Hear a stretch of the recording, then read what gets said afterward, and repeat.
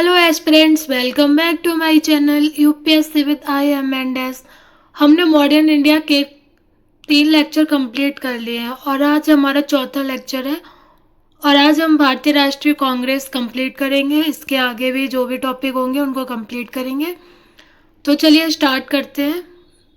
भारतीय राष्ट्रीय कांग्रेस में पहला फैक्ट है रिपन द्वारा लाया गया इल्वर्ट विल, जिसका उद्देश्य था अंग्रेजों और भारतीयों को कानून की नज़र में समान बनाना, ने भारत में संगठित भारतीय राष्ट्रीय आंदोलन को जन्म दे दिया था। तो रिपन द्वारा इल्वर्ट विल कब लाया गया था? 1883 में। इसको भी हमें याद रखना है। भारतीय राष्ट्रीय आंदोलन से संबंधित 3 चरण बताए गए हैं। प्रथम चरण उदारवादियों का था, 1885 से 1905 तक चला। द्वितीय चरण उग्रवादियों का था, 1905 से 1919 के बीच चला। तृतीय युद्ध गांधी युग के नाम से जाना जाता है, जो कि 1919 से 1947 के तक चला है। तो प्रथम चरण में भारतीय राष्ट्रीय कांग्रेस की स्थापना की गई। प्रतिनिधित्व शिक्षित मध्यवर्गीय बुद्धिजीवी कर रहे थे। तो इसमें शिक्षित लोग ज्यादा थे। काल क्या था? तो जनाधार सीमित तथा निष्क्रिय था। द्वितीय चरण में कांग्रेस अपने उद्देश्यों और सीमाओं का विस्तार कर रही थी। तृतीय चरण गांधी जी ने नेतृत्व किया था। इस चरण में कांग्रेस ने पूर्ण स्वराज को प्राप्त करने के लक्ष्य पर कार्य किया था। कांग्रेस की स्थापना से पूर्व कुछ राजनीतिक संस्थाएं बनी थी और ये एग्जाम के लिए बहुत ही रिलेवेंट है। बहुत सारे क्वेश्चंस बनते हैं यहाँ से, यूपीएससी में भी और पीसीएस में भी। तो हमको हिस्ट्री आईएएस हो या पीसीएस हो, अलग नहीं है दोनों का। यूपीएससी में स्टेटमेंट डाल के पूछ लेते हैं और पीसीएस में वन लाइनर पूछ लेते हैं। तो हिस्ट्री ओवरऑल एक सा ही रहता है। आप क्वेश्चन पेपर उठा के देख सकते हैं पुराने, तो आपको समझ आ जाएगा। तो दोनों के लिए हिस्ट्री अलग पढ़ने की ज़रूरत नहीं है, फैक्चुअल इन्फॉर्मेशन याद करनी पड़ती है जो दोनों के लिए। तो चलिए स्टार्ट करते हैं। कांग्रेस की स्थापना से पूर्व राजनीतिक संस्थाएं कौन कौन सी थी? तो लैंड होल्डर सोसाइटी, जैसे जमींदारी संघ कहते हैं, 1838 में इसकी स्थापना की गई थी। इसका मुख्यालय कहाँ था? तो कलकत्ता में था। इसके संस्थापक कौन थे? द्वारिकानाथ टैगोर। तो ये सारी इन्फॉर्मेशन बहुत इंपॉर्टेंट है और जमींदारी संघ बहुत बार पूछा गया है। तो 1838 में स्थापना की गई है और द्वारिकानाथ टैगोर द्वारा की गई है। ब्रिटिश इंडिया सोसाइटी 1839 में स्थापना, मुख्यालय इसका भी कलकत्ता में। विलियम एडम्स इसके संस्थापक है। Bengal British India society, Thomson ने इसकी स्थापना की है। British Indian association, Devendra Nath Tagore, Radhakant Dev और हरिश्चंद्र जी इससे संबंधित हैं, संस्थापक रहे हैं इसके। 1851 में इसकी स्थापना की गई है। बाद में इसमें जो लैंड होल्डर सोसाइटी है और बंगाल ब्रिटिश इंडिया सोसाइटी, तो इन दोनों को मिलाकर ही ब्रिटिश इंडियन एसोसिएशन तैयार किया गया था 1851 में। इसको आप देखते हुए चलना, आप सुन लेना और देख भी लेना, क्योंकि बहुत ही फैक्चुअल है। आप खुद से देखेंगे तो आपको याद रहेगा। बम्बई एसोसिएशन 1852 में स्थापना की गई है, दादा भाई नौरोजी द्वारा की गई है। मुख्यालय कहाँ है? तो बम्बई में है। अन्य संस्थाएं देखते हैं तो मद्रास नेटिव एसोसिएशन 1852 में स्थापना हुई है। मुख्यालय कहाँ है? मद्रास में है। संस्थापक कौन है? गुजलू है, लेकिन इतना पूछेगा नहीं। ईस्ट इंडिया एसोसिएशन बहुत इंपॉर्टेंट है, दादा भाई नौरोजी द्वारा स्थापना की गई है। 1866 में स्थापना की गई है। मुख्यालय इसका कहाँ था? तो लंदन था इसका। ये इंडिया से बाहर थी ये वाली संस्था। तो बम्बई एसोसिएशन और ईस्ट इंडिया एसोसिएशन, ये दोनों दादा भाई नौरोजी की हैं। पूना सार्वजनिक सभा बहुत बार पूछा गया है, 1870 में स्थापना हुई है एमजी रनाडे और गणेश वासुदेव जोशी के द्वारा। इंडिया एसोसिएशन 1872 में लंदन में आनंद मोहन बोस द्वारा इसकी स्थापना की गई है। नेटिव प्रेस एसोसिएशन 1877 में दिल्ली में इसकी स्थापना की गई है सुरेंद्रनाथ बनर्जी के द्वारा। मद्रास महाजन सभा 1884 में स्थापना की गई है मद्रास में। वीर राघवाचार्य व आनंद चार्लू इसके संस्थापक हैं। बॉम्बई प्रेसिडेंसी एसोसिएशन 1885 में स्थापित की गई है। बम्बई में फिरोज शाह मेहता, बदरुद्दीन तैयबजी और तेलंग बॉम्बई प्रेसिडेंसी एसोसिएशन से संबंधित हैं। इनसे बहुत ही डायरेक्टली क्वेश्चंस आते हैं दोनों में। तो ये 10-15 है, तो इन सबको याद रखना है। इंडियन लीग 1875 में बंगाल में स्थापना शिशिर कुमार घोष द्वारा। तो इन सबको आप अच्छे से देख लीजिए और बहुत ही एकदम रट जाना है, इनसे क्वेश्चंस बनते हैं और ये मेंस में भी बहुत काम आती है जब हम आंसर राइटिंग करते हैं, तो अच्छे से सारा कुछ तैयार करते हुए चलेंगे। चलिए आगे देखते हैं, भारतीय राष्ट्रीय कांग्रेस की स्थापना से संबंधित कुछ तथ्य हैं, उनको भी पढ़ते हैं। तो पहला है, हुएम ने 1884 में भारतीय राष्ट्रीय संघ की स्थापना की थी, जिसका प्रथम अधिवेशन 28 दिसंबर 1885 को बम्बई स्थित गोकुलदास तेजपाल संस्कृत विश्वविद्यालय में आयोजित किया गया। पूना में होना था लेकिन हैजा फैल जाने के कारण बम्बई में हुआ था। तो कब हुआ था? 28 दिसंबर 1885 को। इसी सम्मेलन में नौरोजी ने सुझाव पर भारतीय राष्ट्रीय संघ का नाम बदलकर भारतीय राष्ट्रीय कांग्रेस रख दिया गया था। पहले अध्यक्ष कौन थे? तो भीमेश चंद्र बनर्जी थे। इसमें 72 प्रतिनिधियों ने भाग लिया था, इसको भी याद रखना है। भारतीय राष्ट्रीय संघ की स्थापना का विचार सर्वप्रथम डफरिन के दिमाग में आया था। हेम ने भारतीय राष्ट्रीय कांग्रेस की स्थापना में जिन मुख्य लक्ष्यों को ध्यान में रखकर सहयोग किया था, उनमें सबसे प्रमुख था अंग्रेजी शासन के विरुद्ध बढ़ते जन असंतोष के लिए सुरक्षा कपाट की व्यवस्था करना था। तो याद रखना, डफरिन के दिमाग की उपज था और इसकी स्थापना में हेम ने मदद की थी। इन सबको बहुत याद रखना है, ये प्रीलिम्स मेंस सब में याद खूब काम आता है हमारा। तो भारतीय राष्ट्रीय कांग्रेस से संबंधित जो भी फैक्ट है एकदम उनको याद रखना है। सुरेंद्र नाथ बनर्जी के नेशनल कॉन्फ्रेंस को सुरेंद्र बनर्जी के नेशनल कॉन्फ्रेंस का 1886 में इसमें विलय कर दिया गया था। किसमें? भारतीय राष्ट्रीय कांग्रेस में। उदारवादी नेता कौन से थे? उनके नाम पूछता है, पीसीएस तो खूब पूछता है, तो इनके नाम याद रखने हैं। दादा भाई नौरोजी, सुरेंद्र नाथ बनर्जी, गोपाल कृष्ण गोखले, फिरोज शाह मेहता, मदन मोहन मालवीय और दीनसा बाचा आदि उदारवादी नेता हैं। तो फिरोज शाह मेहता बहुत बार कंफ्यूज करने के लिए डालते हैं, उग्रवादी थे उदारवादी, तो याद रखना उदारवादी नेता थे। और दादा भाई नौरोजी को grand old man of India भी कहा जाता है। तो ये सारा फैक्ट हमें याद रखना है। आगे देखते हैं, नरमपंथी नेताओं ने अपनी मांगे मनवाने के उद्देश्य से ब्रिटेन में नौरोजी की अध्यक्षता में 1887 में भारतीय सुधार समिति की स्थापना की थी। रमेश चंद्र दत्त ने 1899 में इकोनॉमिक हिस्ट्री ऑफ इंडिया लिखी।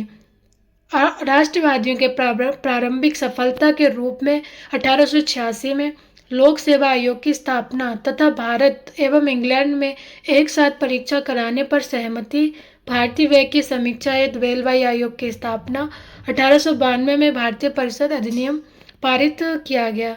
तो इन सबको याद रखना है।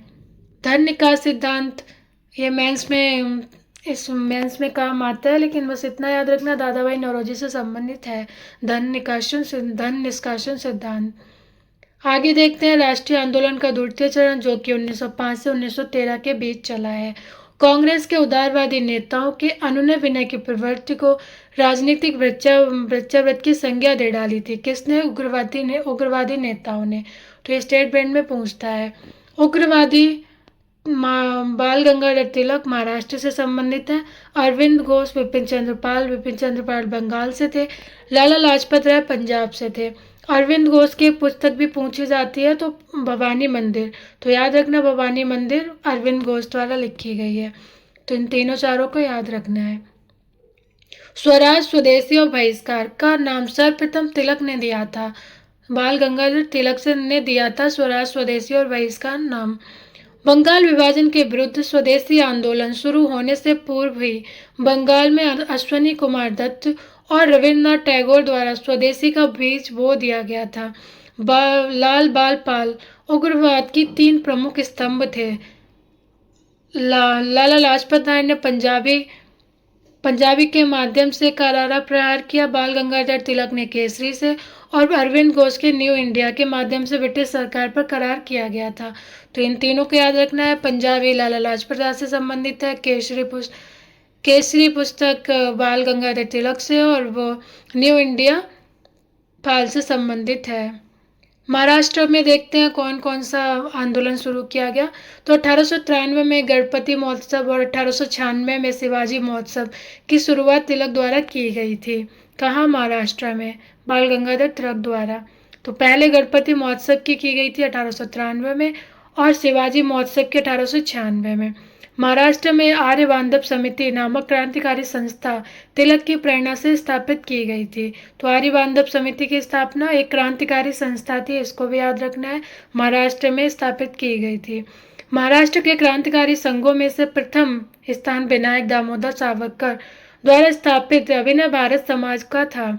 अभिनव भारत समाज बहुत बार पूछा जाता है। 1904 में स्थापित किया गया है। किसके द्वारा किया गया है? बी.डी. सावरकर द्वारा। सावरकर की 1899 में स्थापित मित्र मेला ही अभिनव भारत समाज कहलाई थी। तो इसको भी याद रखना, मित्र मेला अभिनव भारत समाज से संबंधित है।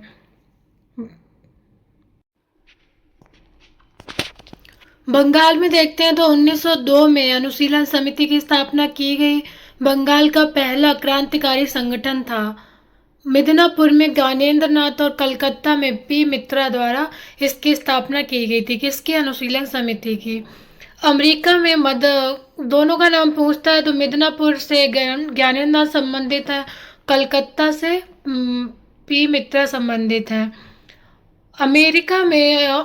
अमेरिका में गदर पार्टी की स्थापना के बाद पंजाब गदर पार्टी की गतिविधियों का प्रमुख केंद्र बन गया था। तो गदर पार्टी की स्थापना कहाँ की गई थी? अमेरिका में की गई थी। भारत से बाहर क्रांतिकारी गतिविधियां। 1905 में इंडिया होम रूल सोसाइटी की स्थापना लंदन में श्याम कृष्ण वर्मा ने की थी। मदन मोहन मालवीय 19 जुलाई 1909 में भारतीय सचिव के राजनीतिक सलाहकार कर्जन वाइली की गोली मारकर हत्या कर दी तथा उन्हें फांसी हो गई। इस हत्याकांड के बाद सावरकर को गिरफ्तार कर नासिक षड्यंत्र केस के अंतर्गत मुकदमा चलाने के लिए भारत भेजा गया। गदर पार्टी 1913 गठन हरदयाल द्वारा सैन फ्रांसिस्को अमेरिका में किया गया। तो डेट भी याद रखनी है, 1913 में गठित की गई है। किसके द्वारा की गई है? हरदयाल द्वारा की गई है। कहाँ की गई है? तो सैन फ्रांसिस्को अमेरिका में। कामागाटा मारू प्रकरण 1914 कनाडा में भारतीयों के प्रवेश से संबंधित था। तो कहाँ से संबंधित है? कनाडा से।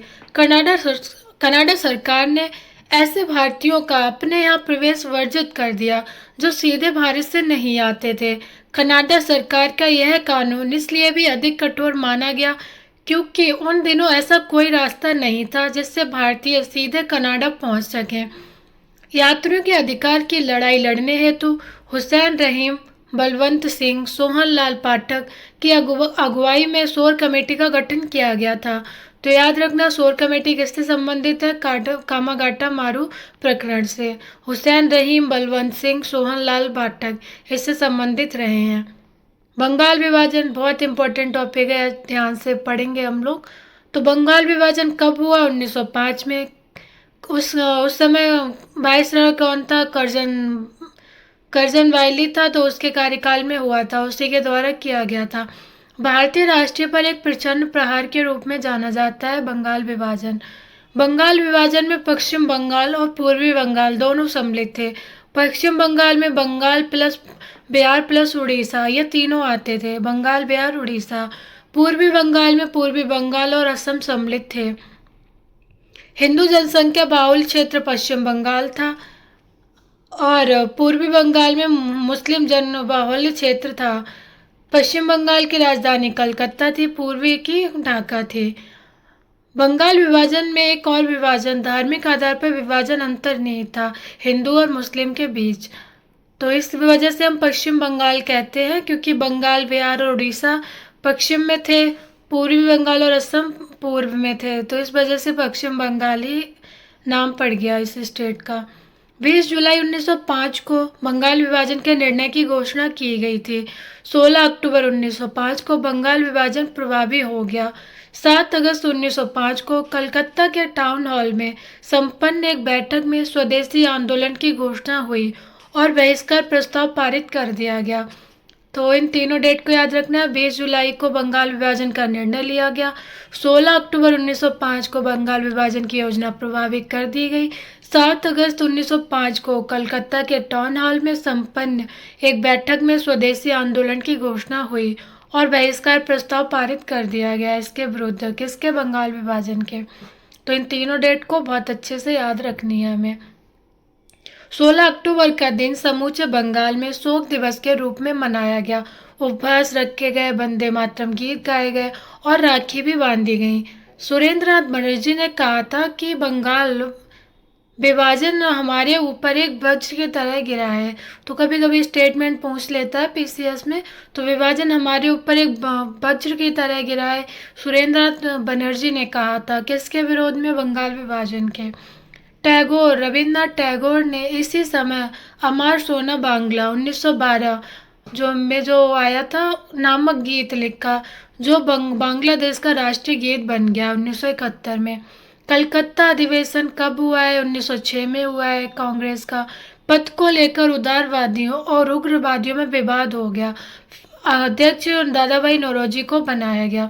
उग्रवादियों ने फिर भी स्वदेशी, बहिष्कार, राष्ट्रीय शिक्षा और शासन से जुड़े 4 प्रस्ताव पास करवा लिए। तो डायरेक्टिव देता है ऑप्शन में, कौन से 4 प्रस्ताव पास करवाए थे? तो स्वदेशी, बहिष्कार, राष्ट्रीय शिक्षा और शासन। तो इन चारों को याद रखना है। कलकत्ता अधिवेशन की अध्यक्षता याद रखनी है, दादाभाई नौरोजी ने की थी। और कब की थी? 1906 में की थी। कलकत्ता अधिवेशन में ही नौरोजी ने अपने पहली बार स्वराज शब्द का उल्लेख किया है। तो स्वराज शब्द का सबसे पहले प्रयोग कहाँ हुआ है? कलकत्ता अधिवेशन ने दादाभाई नौरोजी के द्वारा। सूरत में कांग्रेस का विक्टर 1907 में हुआ था। पद को लेकर विवाद हो गया था। उग्रवादी लाला लाजपत राय को अध्यक्ष बनाना चाहते थे और उदारवादी रास बिहारी बोस को सूरत अधिवेशन का अध्यक्ष बनाना चाहते थे। अंततः अरविंद घोष को, रास बिहारी घोष को ही अध्यक्ष बनाया गया। कांग्रेस का यह पहला विभाजन था। तो इसमें उग्रवादी और उदारवादी अलग अलग हो गए थे सूरत अधिवेशन में 1907 में। डायरेक्टिव पूछता है।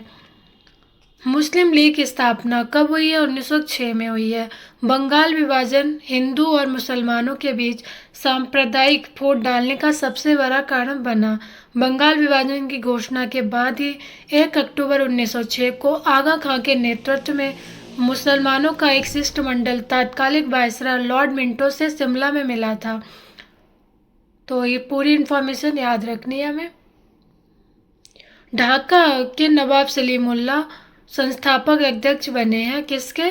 मुस्लिम लीग के नेतृत्व में 30 दिसंबर 1906 को ढाका में आयोजित एक बैठक में अखिल भारतीय मुस्लिम लीग की स्थापना की घोषणा की गई। प्रथम अध्यक्ष कौन बने हैं? तो मुश्ताक हुसैन प्रथम अध्यक्ष बने थे, किसके? मुस्लिम लीग के। 1906 में स्थापना हुई, ढाका में स्थापना की गई।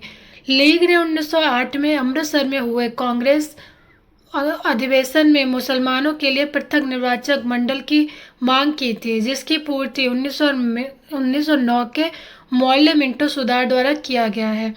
तो इसको भी याद रखना है। 1908 के अमृतसर अधिवेशन में मुसलमानों ने पृथक निर्वाचक मंडल की मांग की थी, जिसकी पूर्ति 1909 में जो एक्ट आया था मौर्य मिंटो सुधार, उसमें इसकी पूर्ति कर दी गई थी। पृथक निर्वाचक मंडल की व्यवस्था की गई थी उसमें। मौर्य मिंटो सुधार 1909 में पृथक सांप्रदायिक पद्धति पर निर्वाचन अलग अलग किया गया था। इसमें हमने पढ़े हैं एक्ट, उनमें पता है हमें इसको। दिल्ली दरबार देखते हैं, 1911 में हुआ है। दिल्ली दरबार में ही 12 दिसंबर 1911 को सम्राट ने बंगाल विभाजन को रद्द घोषित किया, साथ ही कलकत्ता की जगह दिल्ली को राजधानी बना दिया। 1 अप्रैल 1912 को दिल्ली को कलकत्ता की जगह भारत की नई राजधानी बनाया गया। तो याद रखना, इसकी घोषणा 1911 को की गई थी, लेकिन 1 अप्रैल 1912 को दिल्ली को कलकत्ता की जगह भारत की राजधानी बना दिया गया। बंगाल विभाजन को रद्द भी किया गया था दिल्ली दरबार में, और कलकत्ता की जगह दिल्ली को राजधानी बनाने की घोषणा भी की गई थी। बंगाल विभाजन के रद्द होने के बाद ही उड़ीसा और बिहार को बंगाल से अलग कर दिया गया था। तो बंगाल विभाजन के रद्द किया गया और उड़ीसा और बिहार को बंगाल से अलग कर दिया गया, और अदर स्टेट में तब्दील किया गया है इनको। होर्डिंग बम कांड 1912 में हुआ है। इस केस में दीनानाथ सरकारी गवाह बने थे। डायरेक्टिव पूछता है दीनानाथ सरकारी गवाह कब बने थे, तो होर्डिंग बम कांड 1912 में जो हुआ था उसमें बने थे। प्रथम विश्व युद्ध भी देखते हैं क्या न्यूज़ है।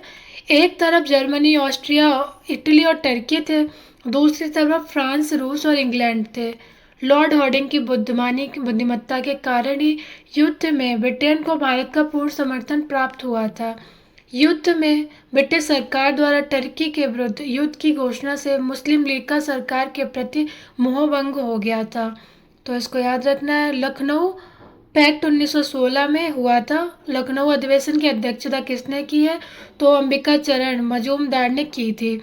लखनऊ पैक्ट 1916 में जो हुआ था उसी में उग्रवादी और उदारवादी फिर से मिल गए थे, तो इसे भी याद रखना है। क्रांतिकारी आंदोलन से संबंध व्यक्ति वो भी देखते हैं। लाला हरदयाल व सोहन सिंह भागना, कामागाटा मारू कांड 1914 अभी हमने पढ़ा था। सैन फ्रांसिस्को में गदर पार्टी की स्थापना है, तो इन दोनों के द्वारा की गई है। रास बिहारी बोस और सचिन सान्याल, दिल्ली में प्रवेश करते हुए लॉर्ड हॉर्डिंग पर बम फेंक दिया था इन्होंने 1912 में। तो रास बिहारी बोस और सचिन सान्याल, नाम याद रखना है, डायरेक्टिव पूछते हैं क्वेश्चन। प्रफुल्ल चंद्र चाकी, मुजफ्फरपुर के न्यायाधीश किंग्सफोर्ड पर बम फेंका था लेकिन वे बच गए थे। कब फेंका था, 1908 में। तो प्रफुल्ल चंद्र चाकी और खुदीराम बोस ने। मदन लाल ढींगरा लंदन में करजन वाली की हत्या कर दी थी 1909 में। राजगुरु सैंडर्स की हत्या कर दी थी 1928 में। वटकेश्वर दत्त केंद्रीय विधानसभा में बम फेंका था 1929 में। जतिन दास 64वें दिन भूख हड़ताल से उनकी मृत्यु हो गई थी 1929 में। उधम सिंह लंदन में सर माइको डायर की हत्या कर दी थी उन्होंने। तो ये सारा हमें अच्छे से याद रखना है, ये सारी इन्फॉर्मेशन बहुत ही इम्पोर्टेंट है, तो इनके नाम अच्छे से याद रखना आप, और डेट भी याद रखना। पीसीएस में तो डेट भी पूछते हैं। चलिए आगे देखते हैं। होम रूल आंदोलन। होम रूल आंदोलन आयरलैंड का शब्द है। होम रूल का अर्थ है स्वशासन। सर्वप्रथम आयरलैंड में होम रूल की स्थापना रेडमॉन्ड द्वारा की गई थी 1916 में। प्रारंभ इस आंदोलन के समय भारत के वायसराय लॉर्ड चैम्सफोर्ड थे। तो याद रखना, भारत में जब इसकी स्थापना की गई थी 1916 में होम रूल आंदोलन की, उस समय वायसराय चैम्सफोर्ड थे। तो तिलक का होम रूल अप्रैल में बेलगांव पूना में स्थापित किया गया था। एनी बेसेंट का होम रूल सितंबर में मद्रास से शुरू किया गया था। तो तिलक के जो क्षेत्र थे महाराष्ट्र और कर्नाटका थे, एनी बेसेंट के मद्रास और तमिलनाडु थे। तो इनको हमें याद रखना है।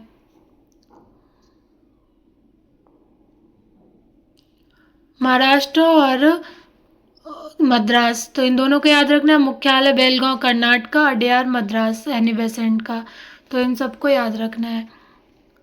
स्वरूप क्या था, तो अध्यक्ष एनसी केलकर थे जो से बैप्टिस्टा थे, और एनी बेसेंट का जो होम रूल था उसमें जॉर्ज अरुंडेल थे। तो इन सबका नाम याद रखना है। उद्देश्य क्या था, स्वराज मेरा जन्मसिद्ध अधिकार है। एनी बेसेंट का सुशासन की स्थापना।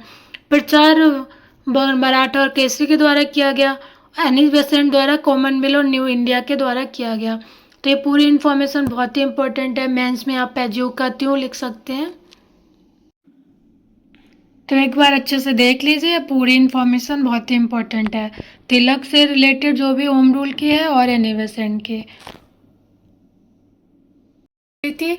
उग्रवादियों ने भारत के मैग्ना कार्टा की संज्ञा दी है इसको। 1919 के अधिनियम का आधार भी बनी मॉन्टेग्यू घोषणा। जो एनी बेसेंट का होम रूल था उसे जून 1917 में 17 को एनी बेसेंट अरुंडेल वाडिया को गिरफ्तार कर लिया गया था। इस गिरफ्तारी के विरोध में सुब्रमण्यम अय्यर ने अपनी नाइट की उपाधि त्याग दी थी। आंदोलन के दूरगामी प्रभाव सरकार को एक नवीन नीति के निर्धारण के लिए विवश होना पड़ा और मॉन्टेग्यू घोषणा के रूप में सामने आया। तो इन सबको लिंक बना लेना, अच्छे से पढ़ना, और तब आपको समझ आ जाएगा। चलिए आगे देखते हैं। कांग्रेस की स्थापना के बाद के संगठन। कांग्रेस की स्थापना के पहले जो भी संगठन बने थे हमने उन सबको देखा। अब कांग्रेस की स्थापना के बाद जो भी बने हैं उनको भी कुछ इम्पोर्टेंट है, उनको देखते हैं। तो United Indian patriotic association, sir Syed Ahmed Khan ने इसकी स्थापना की थी। कहाँ की, इसका मुख्यालय कहाँ था? तो अलीगढ़ में था। 1888 में इसकी स्थापना हुई है। 1905 में सर्वेंट्स ऑफ इंडिया सोसाइटी की स्थापना की गई गोपाल के गोखले के द्वारा। कहाँ, इसका मुख्यालय कहाँ है? तो बम्बई में है। तो ये दो तीन बहुत इंपॉर्टेंट है। 1916 में होम रूल, ये हमने पढ़ा है। तो सर्वेंट्स ऑफ इंडिया सोसाइटी बहुत बार पूछी गई है। 1905 में स्थापित हुई है गोपाल के गोखले के द्वारा। 1918 में उत्तर प्रदेश किसान सभा, मदन मोहन मालवीय, इंदु नारायण गौरी शंकर, इन सबको हमने पढ़ रखा है और लखनऊ में इसका मुख्यालय है। Ahmedabad textile labour association Mahatma Gandhi से संबंधित है, ये भी हमने पढ़ा है। नेशनल लिबरल फेडरेशन, सुरेंद्र नाथ बनर्जी ने इसकी स्थापना की थी 1918 में। पूछ लेता है नेशनल लिबरल फेडरेशन, कलकत्ता में इसका मुख्यालय है। ये यूपीएससी में भी अच्छे खासी पूछे जाते हैं हमेशा। प्रीवियस ईयर का आप क्वेश्चन पेपर देखेंगे 10 ईयर्स में तो आपको दिखेगा कि इन संगठन से, सोसाइटी से बहुत कुछ आता रहता है, तो हमको ये पढ़ना चाहिए। 1920 में communist party of people's society, M N Roy द्वारा इसकी स्थापना की गई है ताशकंद में। 1920 में servants of people's society, Lala Lajpat Rai ने इसके संस्थापक है। इसकी स्थापना कहाँ हुई है? लाहौर में। इसका मुख्यालय लाहौर में स्थापित किया गया है। तो इसमें कंफ्यूज नहीं हो रहा है। Servants of people's society Lala Lajpat Rai से संबंधित है और servants of India society Gopal Krishna Gokhale से संबंधित है। ये 1920 में हुई है, उसकी स्थापना 1905 में हुई है। अवध किसान सभा 1920 में स्थापित की गई जवाहरलाल नेहरू, रामचंद्र गौरी शंकर के द्वारा। इसका मुख्यालय कहाँ है? प्रतापगढ़। प्रतापगढ़ कहाँ है? उत्तर प्रदेश में है। तो इसमें कंफ्यूज नहीं होना, ये अवध किसान सभा है, वो उत्तर प्रदेश किसान सभा है। तो उत्तर प्रदेश किसान सभा की स्थापना 1918 में हुई है, मालवीय, इंदु नारायण और गौरी शंकर के द्वारा। और अवध किसान सभा की स्थापना जवाहरलाल नेहरू और रामचंद्र गौरी शंकर के द्वारा की गई है। तो अच्छे से इसको पढ़ना थोड़ा मुश्किल होता है क्योंकि रटना तो पड़ेगा ये सब। 1923 में स्वराज पार्टी की स्थापना मोतीलाल नेहरू और चित्तरंजन दास द्वारा की गई थी कलकत्ता में। 1924 में अखिल भारतीय साम्यवादी दल की स्थापना सत्य भगत द्वारा की गई है, तो इसको भी याद रखना है। खुदाई खिदमतदार खान बाग अब्दुल गफ्फार खान से संबंधित है। 1929 में स्थापना की गई है। श्रमिक स्वराज पार्टी, तो ये इतना इम्पोर्टेंट नहीं है, इसको हम स्किप कर सकते हैं। आगे देखते हैं कुछ प्रमुख क्रांतिकारी घटनाएं। तो क्रांतिकारी ऐसे इस बार पूछा गया था, या 23 या 24 के पेपर में यूपीएससी में भी डायरेक्टली पूछा गया था कौन सी क्रांतिकारी संस्थाएं हैं। तो हमें नाम याद रखने चाहिए जो हम पढ़ते हैं। एमरेस्ट एंड कमिश्नर एंड हत्याकांड 1897 में हुआ था। अलीपुर षड्यंत्र बहुत ही इंपॉर्टेंट है, 1908 में हुआ है मुजफ्फरनगर में, पुफुलचंद चाकी और खुदीराम बोस के द्वारा किया गया था। तो अलीपुर षड्यंत्र याद रखना बहुत ही इंपॉर्टेंट है, पीसीएस के लिए भी इम्पोर्टेंट है। 1908 में किया गया मुजफ्फरनगर में पुफुलचंद चाकी और खुदीराम बोस के द्वारा। कर्नल वायरी हत्याकांड हमने पहले भी पढ़ा है, मदन लाल ढींगरा द्वारा किया गया लंदन में 1909 में। दिल्ली बम कांड 1912 में दिल्ली में हुआ था, रासबिहारी बोस और बसंत कुमार के द्वारा। काकोरी ट्रेन डकैती कांड 1925 में हुआ, काकोरी में अशफाक उल्लाह और राम प्रसाद बिस्मिल इससे संबंधित थे। सांडर हत्याकांड 1928 में हुआ लाहौर में, सरदार भगत सिंह ने सांडर हत्या से संबंधित हैं। तो 1928 में किया गया था, सरदार भगत सिंह संबंधित है इससे। शस्त्रागार डकैती कांड 1930 में हुआ है, चटगांव में सूर्यसेन के द्वारा किया गया। जनरल डायर हत्याकांड 1940 में हुआ है लंदन में और उधम सिंह के द्वारा ये क्रांतिकारी घटना की गई। तो इन सबको आप एक बार खुद से देखिए, आपको याद हो जाएंगी चीज़ें।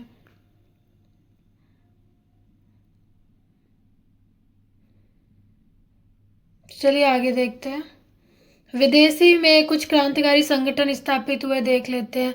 इंडियन होम रूल सोसाइटी 1905 में स्थापित की गई। संस्थापक कौन थे? Shyamji Krishna Verma. India independence league 1907 में इसकी स्थापना की गई। तारकनाथ दास द्वारा इसकी स्थापना की गई है। हिंद एसोसिएशन 1913 में स्थापित की गई सोवन सिंह भागना के द्वारा। गदर पार्टी लाला हरदयाल और रामचंद्र बरकतुल्ला इससे संबंधित है। 1913 में हमने लाला हरदयाल को पढ़ा था, बरकतुल्ला भी हमने पढ़ा था। तो आप एक बार फिर से देख लीजिए, शायद आपको रिकॉल हुआ हो जो हमने अभी पढ़ा है पिछले लेक्चर में।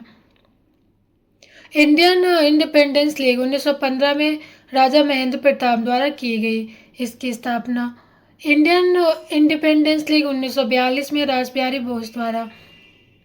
आज़ाद हिंद फौज 1942 में मोहन सिंह द्वारा। इसमें सुभाष चंद्र बोस का नाम दे देते हैं, लेकिन इसकी स्थापना सबसे पहले मोहन सिंह के द्वारा की गई थी। पेरिस इंडियन सोसाइटी 1905 में मैडम भीकाजी कामा। तो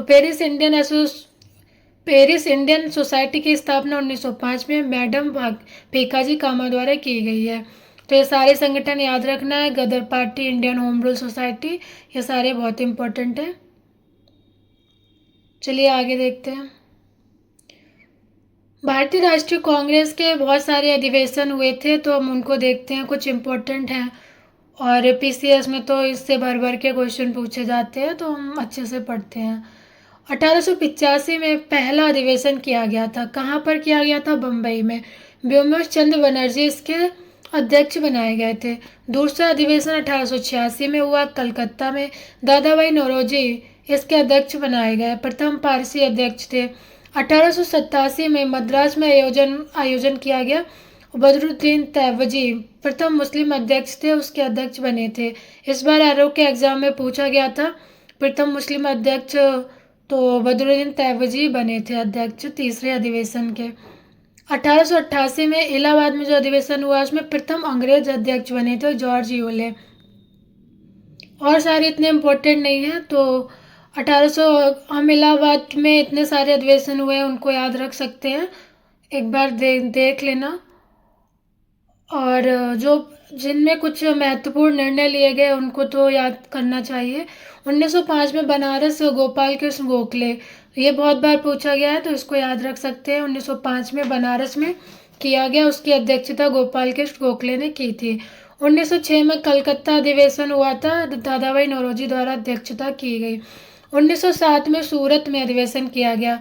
डॉक्टर रासबिहारी घोष इसके अध्यक्ष बनाए गए। इसी में उग्रवादी और उदारवादियों का पहला विभाजन हुआ था। लखनऊ का याद रख सकते हैं, अंबिका चरण मजूमदार। इसमें उग्रवादी और उदारवादी का दोबारा से मिलन हुआ था, तो 1916 में हुआ था ये लखनऊ में। 1917 में कलकत्ता में जो अधिवेशन हुआ, एनी बेसेंट प्रथम महिला अध्यक्ष थी। ये प्रथम विदेशी महिला अध्यक्ष भी थी और प्रथम महिला अध्यक्ष भी थी कांग्रेस अधिवेशन में।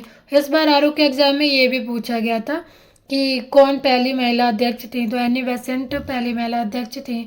1917 में अधिवेशन हुआ था कलकत्ता में उसकी। 1920 के जो कलकत्ता अधिवेशन के विशेष अधिवेशन की अध्यक्षता लाला लाजपत राय द्वारा की गई थी। बाल गंगाधर तिलक है जो, उनके द्वारा किसी भी अधिवेशन की अध्यक्षता नहीं की गई है, तो ये पूछता है, तो इसको याद रखना। लाला लाजपत राय द्वारा 1920 में विशेष अधिवेशन की अध्यक्षता की गई है। 1922 में जो गया में अधिवेशन हुआ था उसकी अध्यक्षता चित्तरंजन दास द्वारा की गई थी। बेलगांव में गांधी जी द्वारा एक ही अधिवेशन की अध्यक्षता की गई है, वो है बेलगांव अधिवेशन 1924 में जो हुआ था, तो याद रख सकते हैं। 1925 में जो कानपुर का अधिवेशन हुआ था उसमें सरोजनी नायडू अध्यक्ष बनी थी, जो कि प्रथम भारतीय महिला अध्यक्ष थी। दो ही महिलाओं द्वारा अधिवेशन की अध्यक्षता की गई है, सरोजनी नायडू और एनी बेसेंट, तो इनको याद रखेंगे। 1929 में लाहौर के अधिवेशन में पंडित जवाहरलाल नेहरू ने पहले अधिवेशन अध्यक्ष रहे हैं। इन्होंने 3 अधिवेशन की अध्यक्षता की है, तो इसको याद रखेंगे। 1929 में, 1936 में की है और 1937 में भी की है। 1938 में हरिपुरा की जो अधिवेशन हुआ था उसकी अध्यक्षता सुभाष चंद्र बोस द्वारा की गई थी, तो ये सारे इम्पोर्टेंट फैक्ट्स हैं, आप याद रखना।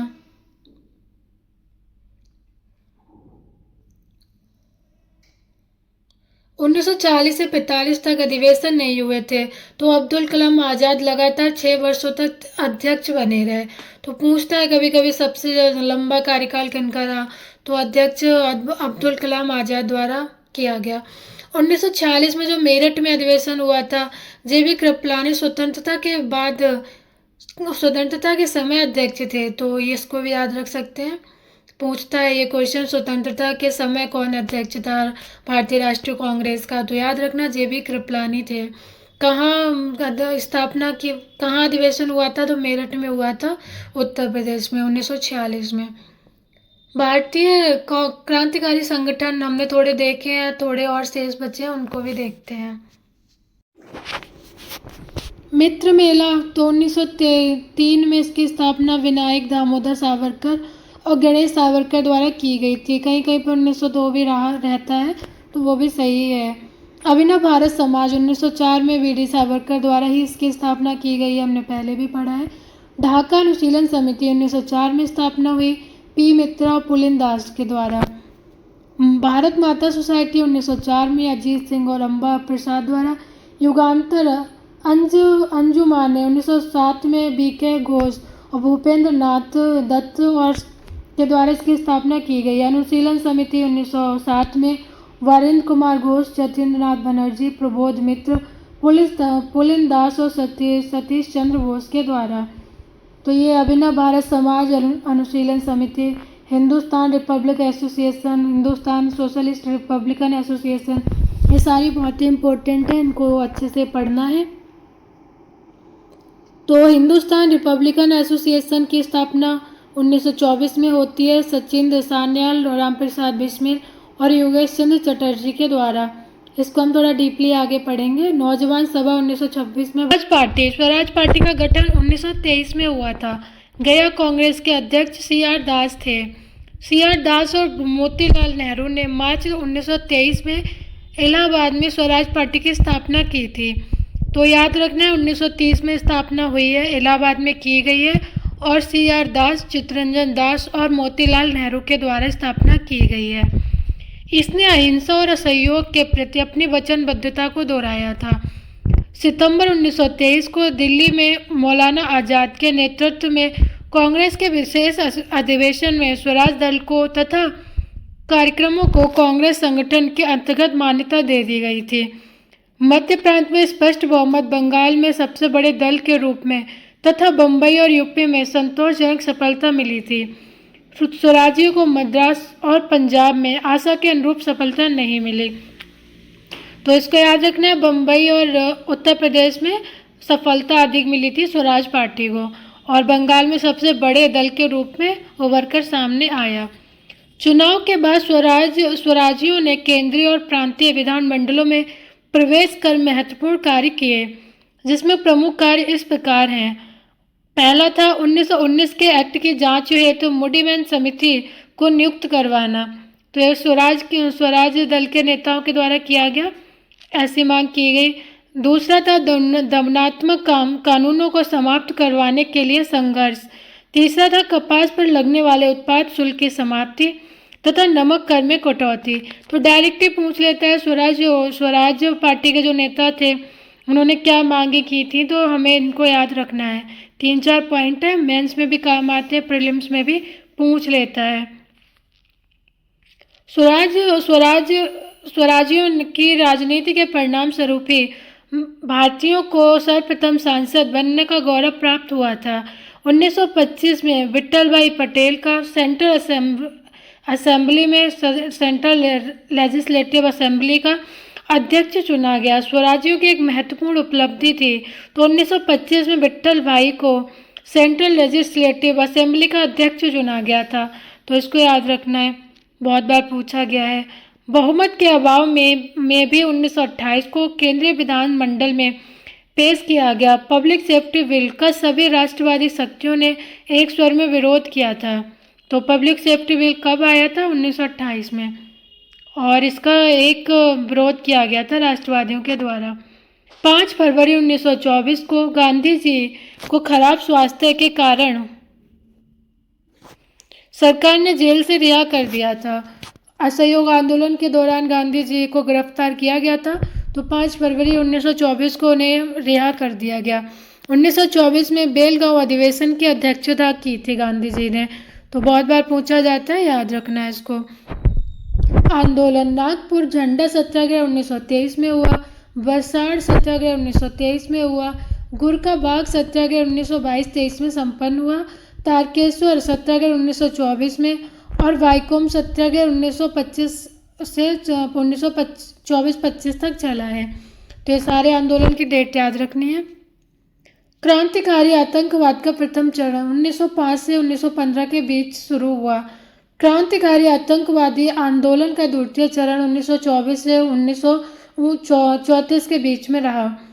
उत्तरी भारत, पंजाब, यूपी और बिहार आते थे उत्तरी भारत में। तो में क्रांतिकारी आंदोलन क्या किसने संपन्न किए देखते हैं। 1924 में सचिंद्र सान्याल, रामप्रसाद बिस्मिल, चंद्रशेखर आजाद ने कानपुर में क्रांतिकारी संस्था हिंदुस्तान रिपब्लिकन एसोसिएशन की स्थापना की।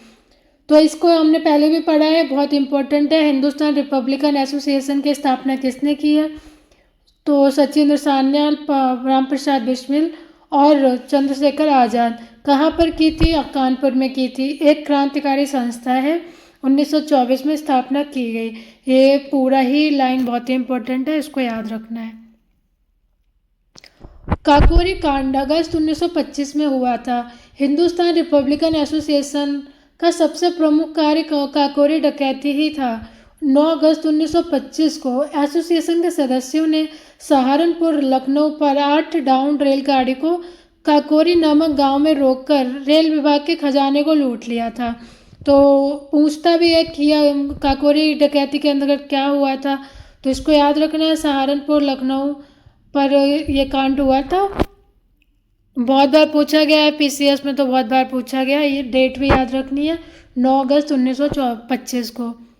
काकोरी षड्यंत्र का मुकदमा चला।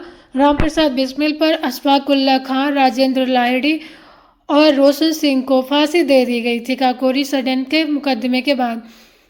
चंद्रशेखर आज़ाद फरार हो गए थे, इस वजह से उनको सज़ा नहीं मिल पाई। चंद्रशेखर आज़ाद के नेतृत्व में सितंबर 1928 को दिल्ली के फिरोज शाह कोटला मैदान में हिंदुस्तान सोशलिस्ट रिपब्लिकन एसोसिएशन की स्थापना की गई थी। तो हिंदुस्तान सोशलिस्ट रिपब्लिकन एसोसिएशन की स्थापना चंद्रशेखर आज़ाद द्वारा की गई है दिल्ली के फिरोज शाह कोटला मैदान में। कब की गई है? 1928 में की गई है। सैंडर्स हत्या देखते हैं, लाहौर में हुआ था दिसंबर 1928 में। धीरे धीरे हिंदुस्तान सोशलिस्ट रिपब्लिकन एसोसिएशन के क्रांतिकारी विध्वंसक तथा क्रांतिकारी गतिविधियों से दूर होते जा रहे थे। उसी समय नवंबर 1928 को शेर पंजाब लाला लाजपत राय की लाठीचार्ज से हुई मृत्यु से पुनः भड़क उठे। तो नवंबर 1928 को लाला लाजपत राय की लाठीचार्ज में मृत्यु हो गई थी। इस वजह से हिंदुस्तान सोशलिस्ट रिपब्लिकन एसोसिएशन के जो सदस्य थे वो भड़क गए थे। 15 नवंबर 1928 को उनकी मृत्यु हो गई थी। लाला लाजपत राय की मृत्यु हो गई थी 15 नवंबर 1928 को। इस एसोसिएशन के 3 प्रमुख सदस्यों भगत सिंह, चंद्रशेखर आज़ाद और राजगुरु ने लाला लाजपत राय की मौत के लिए सैंडर्स को दोषी मानते हुए 17 नवंबर 1928 को सैंडर्स की हत्या कर दी थी। तो इसको याद रखना, सैंडर्स हत्याकांड क्यों हुआ था, किसने किया था और कब किया था। तो ये पूरा बहुत इम्पोर्टेंट, जितने भी हम पढ़ रहे हैं वो सारे बहुत ही इम्पोर्टेंट हैं और बहुत ही फैक्चुअल इन्फॉर्मेशन है, प्रीलिम्स के लिए बहुत ही हेल्पफुल रहने वाली है। चलिए आगे देखते हैं। केंद्रीय विधानसभा में बम विस्फोट कब हुआ था? अप्रैल 1929 में। भगत सिंह तथा बटुकेश्वर दत्त द्वारा बम फेंकने का उद्देश्य किसी की हत्या करना नहीं था, अपितु सरकार को विरोध से अवगत कराना था तथा भैरे को सुनाना था। इसलिए जानबूझकर मामूली बम बनाया गया तथा 8 अप्रैल को विधानसभा की खाली बेंचों पर इसे फेंका गया था। तो कौन कौन संबंधित है केंद्रीय विधानसभा में बम विस्फोट से? तो भगत सिंह और बटुकेश्वर दत्त। कब ये संपन्न हुआ? अप्रैल 1929 में। तो ये 2 चीज़ें याद रखनी है। बम फेंकने का उद्देश्य अपनी गिरफ्तारी देकर अदालत को अपनी विचारधारा के प्रचार का माध्यम बनाना तथा जिससे जनता जिन उनके विचारों तथा राजनीतिक दर्शन से परिचित हो सके। तो ये मेंस में इम्पोर्टेंट हो सकता है, प्रीलिम्स में तो नहीं पूछेगा। इतना ही पूछेगा केंद्रीय विधानसभा से कौन संबंधित है जो बम विस्फोट हुआ था। तो हमें याद रखना है भगत सिंह और बटुकेश्वर दत्त। सरकार ने चंद्रशेखर आजाद के अतिरिक्त सभी प्रमुख क्रांतिकारियों को पकड़ लिया। भगत सिंह, सुखदेव, राजगुरु पर लाहौर षड्यंत्र केस के तहत मुकदमा चलाया गया था। तो लाहौर षड्यंत्र केस किस किस पर चलाया गया था? भगत सिंह, सुखदेव और राजगुरु। चंद्रशेखर पर यह मुकदमा नहीं चलाया गया था क्योंकि वो उनकी मृत्यु हो गई थी पहले। भगत सिंह, राजगुरु, सुखदेव को फांसी की सजा सुनाई गई लाहौर षड्यंत्र केस के तहत तथा 23 मार्च 1931 को उन्हें फांसी पर लटका दिया गया। फरवरी 1931 में इलाहाबाद में एक पार्क में चंद्रशेखर आजाद पुलिस के साथ हुई मुठभेड़ में गोलियों के शिकार हो गए थे। इस वजह से उन्हें सजा नहीं मिली थी और ये पूरा हमें याद रखना है। चलिए आगे देखते हैं। चटगांव शस्त्रागार लूट अप्रैल 1930 में हुई है। प्रीलिम्स के लिए इतना ही इम्पोर्टेंट है और कुछ भी नहीं याद रखना है। क्रांतिकारी आतंकवादी गतिविधियों से जुड़े कुछ समाचार पत्र हैं, उनको देख लेते हैं। यूपीएससी भी पूछ लेता है कि क्रांतिकारी कौन से समाचार पत्र हैं, तो हमें इनके नाम याद रखने चाहिए। युगांतर वारिंद्र कुमार घोष, भूपेंद्र नाथ दत्त, संध्या मुग्धा चरण, वंदे मातरम अरविंद घोष, मदर हरदयाल, बंदी जीवन सचिंद्र नाथ सान्याल, भारतीय स्वतंत्रता संग्राम बीडी सावरकर, भवानी मंदिर अरविंद घोष, वर्तमान रणनीति वारिंद्र कुमार घोष, पथेर दावी शरद चंद्र चट्टोपाध्याय, बम मैनुअल पी एल बापट, जमींदार सिराजुद्दीन, भारत माता अजीत सिंह, इंडियन सोशियोलॉजिस्ट श्यामजी कृष्ण वर्मा। आप एक बार खुद से भी देख सकते हैं, चीजें याद रहेंगी। चलिए आगे देखते हैं। साइमन कमीशन 1927 में इसका गठन किया गया था। 1928 में ये भारत पहुंचा था। 7 सदस्य थे, इसमें सभी अंग्रेज थे, इसलिए कांग्रेसियों ने इसे श्वेत कमीशन कहा था और इसी वजह से इसका विरोध किया गया था। अध्यक्ष कौन थे साइमन कमीशन के? तो जॉन साइमन थे। 11 दिसंबर 1927 को इलाहाबाद में हुए एक सर्वदलीय सम्मेलन में आयोग में एक भी भारतीय सदस्य नहीं था। नियुक्ति नहीं किए जाने के कारण बहिष्कार का निर्णय लिया गया था। इस वजह से कांग्रेसियों ने इसका बहिष्कार कर दिया था। क्यों कर दिया था? क्योंकि इसमें कोई भी सदस्य भारतीय नहीं था। 27 दिसंबर 1927 को मद्रास में हुए कांग्रेस के वार्षिक अधिवेशन में, जिसकी अध्यक्षता एम ए अंसारी ने की थी, में साइमन कमीशन के पूर्ण बहिष्कार का निर्णय लिया गया। 3 फरवरी 1928 को आयोग बम्बई पहुंचा। उसी दिन पूरी बम्बई में हड़ताल का आयोजन कर काले झंडे के साथ साइमन वापस जाओ के नारे लगाए गए। 1928 तथा 29 के बीच में कमीशन ने भारत की दो बार यात्रा की। आयोग ने मई 1930 में अपनी रिपोर्ट प्रस्तुत कर दी, जिस पर लंदन में आयोजित गोलमेज सम्मेलनों में विचार होना था। तो इसमें साइमन कमीशन में इतना ही याद रखना है। 1927 में गठित हुआ था। 1928 में ये भारत में आया और अध्यक्ष जो जॉन साइमन थे। इसका विरोध क्यों किया था कांग्रेसियों ने? क्योंकि इसमें 7 सदस्य थे और सारे अंग्रेजी थे। इस वजह से कांग्रेसियों द्वारा इसका बहिष्कार किया गया था। चलिए आगे देखते हैं। नेहरू रिपोर्ट 1928 में आई थी। साइमन आयोग की नियुक्ति के समय ही अनुदार दल की सरकार में भारत सचिव लॉर्ड बर्केनहेड ने भारतीयों के समक्ष एक चुनौती रखी कि वे एक ऐसा संविधान बनाकर तैयार करें जो सामान्यतः भारत के सभी लोगों को मान्य हो। क्योंकि साइमन कमीशन के विरोध किया गया था, इस वजह से भारत सचिव ने ऐसा प्रस्ताव दिया था भारतीयों को। भारतीय नेताओं ने इस चुनौती को स्वीकार करते हुए फरवरी 1928 में दिल्ली में आयोजित प्रथम सर्वदलीय सम्मेलन में, जिसमें करीब 29 दलों ने हिस्सा लिया था, इस आशय का प्रस्ताव पारित किया गया जिसमें एक ऐसे संविधान निर्माण की योजना थी जिसमें पूर्ण उत्तरदायी सरकार की व्यवस्था होगी। 11 दिसंबर 1928 को बंबई में हुए दूसरे सर्वदलीय सम्मेलन में पंडित मोतीलाल नेहरू की अध्यक्षता में एक 7 सदस्यीय समिति की स्थापना की गई, जिसे भारत के संविधान के सिद्धांतों का निर्माण करना था। मोतीलाल नेहरू की अध्यक्षता में स्थापित समिति के अन्य सदस्य थे सर तेज बहादुर सप्रू, सुभाष चंद्र बोस, एम एस सरदार मंगल सिंह और अली इमाम, जी आर प्रधान, कुरैती आदि। तो इतना नहीं पूछेगा, पर मोतीलाल नेहरू का नाम याद रखना है, कंफ्यूज नहीं होना है। मोतीलाल नेहरू है, ना कि जवाहरलाल नेहरू। तो नेहरू रिपोर्ट मोतीलाल नेहरू ने 1928 में प्रस्तुत की थी। रिपोर्ट की कुछ सिफारिशें थी, उनको याद रखना है। भारत को डोमिनियन स्टेट का दर्जा दिलाना। भारत का एक संघ होगा जिसके नियंत्रण में केंद्र में द्विसदनीय विधानमंडल होगा। मंत्रिमंडल सदन के प्रति उत्तरदायी होगा। तो डोमिनियन स्टेट की बात की गई थी, अधिराज्य की। गवर्नर जनरल की स्थिति संवैधानिक मुखिया वर्ग की होगी। सांप्रदायिक आधार पर पृथक निर्वाचक मंडल की मांग को अस्वीकार कर दिया गया था। वयस्क मताधिकार पर आधारित प्रत्यक्ष निर्वाचन अपनाए गए थे।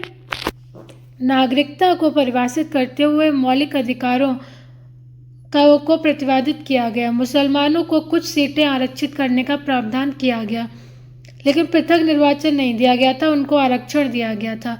भाषाई आधार पर राज्यों का गठन के लिए स्वीकृति दी गई थी। तो इतनी सारी सिफारिशें थी नेहरू रिपोर्ट में, इनको याद रखना है। मेंस में भी काम आएंगी, प्रीलिम्स में भी काम आएंगी। डायरेक्टली देता है कि कौन कौन से कार्य हुए थे इसमें या नहीं हुए थे, तो हमें याद तो रखना पड़ेगा सब। चलिए आगे देखते हैं। 1928 में लखनऊ में हुए सर्वदलीय सम्मेलन में नेहरू रिपोर्ट पर विचार विमर्श हुआ। जिन्ना ने इस रिपोर्ट को अस्वीकार करते हुए पुनः आगा खां और मोहम्मद शफी के साथ हो गए थे, और कांग्रेस में सुभाष चंद्र बोस, जवाहरलाल नेहरू, सत्यमूर्ति भगत जैसे युवा नेताओं ने डोमिनियन स्टेट की जगह पूर्ण स्वराज को कांग्रेस का लक्ष्य बनाना चाहते थे, लेकिन डोमिनियन स्टेट को अपनाया गया था इसमें। आगे देखते हैं जिन्ना का 14 सूत्रीय फॉर्मूला। तो 14 सूत्रीय फॉर्मूला किससे संबंधित है? जिन्ना से संबंधित है। मुस्लिम लीग के नेता मोहम्मद अली जिन्ना ने नेहरू रिपोर्ट में मुसलमानों के लिए पृथक निर्वाचक मंडल की सुविधा न दिए जाने के कारण मुसलमानों के 14 मांगों की एक सूची जारी की थी। जिन्ना के 14 सूत्रीय मांग पत्र की प्रमुख मांग क्या क्या थी, उनको देखते हैं। मुसलमानों के लिए 1/3 प्रतिनिधित्व होना चाहिए। मुस्लिम बहुमत वाले प्रांतों का पुनर्गठन करना चाहिए। राज्य की सभी सेवाओं में मुसलमानों के लिए पदों का आरक्षण आदि इसमें प्रावधान किया गया था, तो इनको याद रखना है। कांग्रेस का लाहौर अधिवेशन 1929 में हुआ था। 1928 के कलकत्ता अधिवेशन में ब्रिटिश सरकार को दी गई 1 वर्ष की समय सीमा समाप्त हो जाने के कारण 31 दिसंबर 1929 को कांग्रेस के लाहौर अधिवेशन का आयोजन किया गया था। तो कांग्रेस का लाहौर अधिवेशन 31 दिसंबर 1929 को हुआ था। अध्यक्षता किसने की थी? तो जवाहरलाल नेहरू ने की थी, और इसमें नेहरू रिपोर्ट को पूरी तरह निरस्त घोषित कर दिया था। इसको भी याद रखना है। कांग्रेस के लाहौर अधिवेशन में पारित किए गए कुछ ऐतिहासिक प्रस्ताव भी थे, उनको देखते हैं। नेहरू समिति की रिपोर्ट को निरस्त घोषित कर दिया गया। लाहौर कांग्रेस के संविधान में स्वराज शब्द का अब से अर्थ पूर्ण स्वराज होगा। तो स्वराज के स्थान पर पूर्ण स्वराज लाहौर अधिवेशन के तहत ही अपनाया गया था। इससे ही अब राष्ट्रीय आंदोलन का लक्ष्य निर्धारित किया गया था। किससे? पूर्ण स्वराज को। सम्मेलन 1929 की आधी रात को रावी नदी के तट पर कांग्रेस के अध्यक्ष जवाहरलाल नेहरू ने भारतीय स्वतंत्रता का प्रतीक तिरंगा झंडा, पूर्ण स्वराज, वंदे मातरम तथा इंकलाब जिंदाबाद के नारों के बीच फहराया। 26 जनवरी 1930 को आधुनिक भारत के इतिहास में प्रथम स्वतंत्रता दिवस के रूप में माना जाता है। तो इन सबको याद रखना है। प्रथम स्वतंत्रता दिवस कब मनाया गया? तो 26 जनवरी 1930। इसी वजह से 26 जनवरी को गणतंत्र दिवस के रूप में भी मनाया गया। तो इसको याद रखना है। पूर्ण स्वराज याद रखना है, लाहौर अधिवेशन याद रखना है हमें। सविनय अवज्ञा आंदोलन को देखते हैं। सविनय अवज्ञा आंदोलन, जिसे नमक सत्याग्रह भी कहते हैं, 1929 में लाहौर कांग्रेस अधिवेशन में कांग्रेस कार्यकारिणी ने सविनय अवज्ञा आंदोलन शुरू करने का अधिकार दिया गया था। फरवरी 1930 में साबरमती आश्रम में हुई कांग्रेस कार्यकारिणी की दूसरी बैठक में महात्मा गांधी को सविनय अवज्ञा आंदोलन शुरू करने की बागडोर सौंपी गई। वायसराय इरविन के समक्ष गांधी जी द्वारा प्रस्तुत 11 सूत्री मांग पत्र में प्रमुख मांगे इस प्रकार थीं। सविनय अवज्ञा आंदोलन, इसको नमक सत्याग्रह भी कहते हैं। 1929 के लाहौर कांग्रेस अधिवेशन में कांग्रेस कार्यकारिणी को सविनय अवज्ञा आंदोलन शुरू करने का अधिकार दिया गया था। तो याद रखना, लाहौर अधिवेशन के समय सविनय अवज्ञा आंदोलन का मुद्दा सामने आया। फरवरी 1930 को साबरमती आश्रम में हुई कांग्रेस कार्यकारिणी की दूसरी बैठक में महात्मा गांधी को सविनय अवज्ञा आंदोलन शुरू करने की बागडोर सौंपी गई। तो महात्मा गांधी ने साबरमती आश्रम से सविनय अवज्ञा आंदोलन को शुरू करने का फैसला किया। वायसराय इरविन के समक्ष गांधी जी द्वारा प्रस्तुत 11 सूत्री मांग पत्र में प्रमुख मांगे इस प्रकार थीं। तो इन मांगों को हम यहाँ पे देख लेते हैं। 11 सूत्री मांग थी ये, इनमें से कौन कौन सी थी प्रमुख तो याद रखनी है और सारी मेंस में तो बहुत काम आ जाएंगी। तो हम एक बार अच्छे से पढ़ते हैं। भूमि कर में 50% की कमी करना, तो याद रखना 50% की कमी की मांग की गई थी भूमि कर में।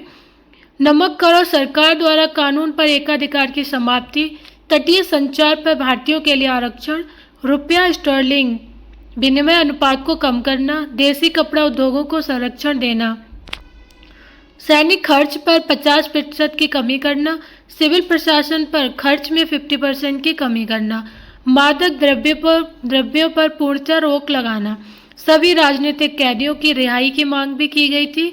CID में परिवर्तन की मांग की गई थी। आर्म्स एक्ट में परिवर्तन जिससे नागरिक अपनी सुरक्षा के लिए हथियार रख सकें। तो काफ़ी इम्पोर्टेंट मांगे थी और इन 11 सूत्री मांग के नाम से जाना जाता है इनको। तो इन 11 को याद रखना है हमें। चलिए आगे देखते हैं। आंदोलन की शुरुआत कैसे हुई उसको देखते हैं। गांधी जी ने अपनी 11 सूत्री मांग को न माने जाने पर इरविन को एक पत्र लिखा। मैंने रोटी मांगी थी, मुझे पत्थर मिला, इंतजार की घड़ियां समाप्त हुई। तो ये स्टेटमेंट भी बहुत बार पूछा गया है, कौन से आंदोलन के दौरान गांधी जी द्वारा बोला गया था। तो हमें याद रखना है सविनय अवज्ञा आंदोलन से पहले ये बोला गया था। सविनय अवज्ञा आंदोलन के तहत गांधी जी ने 12 मार्च 1930 को ऐतिहासिक नमक सत्याग्रह की शुरुआत की। तो डेट याद रखनी है, सविनय अवज्ञा आंदोलन 12 मार्च 1930 को शुरू किया गया था और इसको नमक सत्याग्रह के नाम से जानते हैं, हमने पहले भी पढ़ा है। गांधी जी ने साबरमती आश्रम से अपने 78 अनुयायियों के साथ डांडी मार्च की शुरुआत की। डांडी नौसारी जिले में था। कहीं कहीं पे 6 अप्रैल भी दिया रहता है, लेकिन हम 5 अप्रैल को स्पेक्ट्रम में 5 अप्रैल ही दिया था। 24 दिन की लंबी अवधि के बाद 5 अप्रैल 1930 को डांडी में गांधी जी ने सांकेतिक रूप से नमक कानून को तोड़ा। यहीं से सविनय अवज्ञा आंदोलन की शुरुआत होती है। तो याद रखना है साबरमती में नमक कानून को तोड़ा गया था। ये सारे फैक्ट बहुत इंपॉर्टेंट हैं। डांडी मार्च कब शुरू हुआ, कब समाप्त हुआ, इन सबको हमें याद रखना पड़ेगा। 24 दिन की लंबी यात्रा के बाद 5 अप्रैल 1930 को डांडी मार्च नमक कानून को तोड़ा था। तो इन सबको हमें याद रखना है। आंदोलन के कार्यक्रम क्या क्या थे उनको भी देखते हैं। नमक कानून तथा ब्रिटिश कानूनों का उल्लंघन करना, कानूनी अदालतों, सरकारी विद्यालयों, महाविद्यालयों एवं सरकारी समारोहों का बहिष्कार करना, भू राजस्व, लगान तथा अन्य करों की अदायगी पर रोक लगाना, शराब तथा अन्य मादक पदार्थों का विक्रय करने वाली दुकानों पर शांतिपूर्ण धरना करना, विदेशी वस्तु तथा कपड़े का बहिष्कार करना, सरकारी नौकरियों से त्याग पत्र देना। ये सारे हमें याद रखने चाहिए, मेंस में भी काम आते हैं। प्रीलिम्स में तो स्टेटमेंट में पूछता ही है, पर याद कर लोगे तो मेंस में भी काम आएंगे। तो इन चारों पांचों कार्यक्रमों को याद रखना। इस बार UPSC ने भी स्टेटमेंट में पूछा था, सहयोग आंदोलन का शायद पूछा था। तो पूछते रहते हैं, इसलिए हमें याद रखना पड़ेगा सब। तो याद रखना है सरकारी नौकरियों को त्यागपत्र, विदेशी वस्तुओं का बहिष्कार, नमक कानून का उल्लंघन, शराब तथा अन्य मादक विक्रय की दुकानों पर शांतिपूर्ण धरना किया गया, कानूनी अदालतों का बहिष्कार किया गया, विद्यालयों का बहिष्कार किया गया। तो ये सारे कार्यक्रम हुए थे उस वक्त। आंदोलन की प्रगति देखते हैं। खान अब्दुल गफ्फार खान के नेतृत्व में गठित खुदाई खिदमतदार या लाल कुर्ते के संगठन ने सविनय अवज्ञा आंदोलन में सक्रिय भूमिका निभाई थी। तो खुदाई खिदमतदार याद रखना है किससे संबंधित है, खान अब्दुल गफ्फार खान से संबंधित है और इसने सविनय अवज्ञा आंदोलन के दौरान सक्रिय भूमिका निभाई थी। तो पूछ लेगा कौन से आंदोलन के दौरान भूमिका निभाई थी, तो हमें याद रखना है आंदोलन का नाम। सरकारी दमन को देखते हैं। सविनय अवज्ञा आंदोलन के समय कर न अदायगी का आंदोलन मुख्य रूप से बिहार में चलाया गया था। इसी समय मध्य प्रांत, महाराष्ट्र, कर्नाटका में कड़े वन नियमों के विरुद्ध वन सत्याग्रह चलाया गया था। सरकार ने सविनय अवज्ञा के दमन के लिए असम में कनिंगम सर्कुलर जारी किया गया था। तो इन तीनों को याद रखना है। वन सत्याग्रह कर्नाटका में चलाया गया, मध्य प्रांत महाराष्ट्र में, सविनय अवज्ञा के दौरान ये सारे चलाए गए थे। कनिंगम सर्कुलर असम में चलाया गया था और कर न अदायगी का आंदोलन मुख्य रूप से बिहार में चलाया गया था। ये सारे हमें याद रखने हैं। चलिए आज की क्लास यहीं पे समाप्त करते हैं। आई होप आप लोगों को सारा फैक्ट क्लियर हुआ होगा।